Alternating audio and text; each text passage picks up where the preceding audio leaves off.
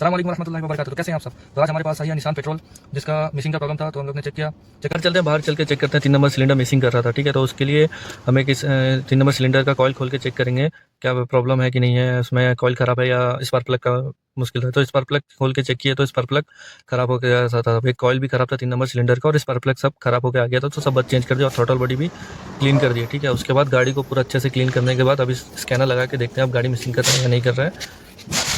तो चेक करने के बाद पता चला कि उसका मिसिंग कर रहा था। मिसिंग करने में उसका कॉइल एक खराब था, चलना था, तो उसको चेंज किया। चेंज करने के बाद पूरा स्पार्क प्लग चेंज कर दिए और थोड़ा बॉडी क्लीन किए और उसका इंजेक्टर क्लीन किए। बाद में पूरा गाड़ी मस्त हो गया। अभी स्कैन लगाने के बाद इसी में यहाँ मिसिंग था वो चला गया।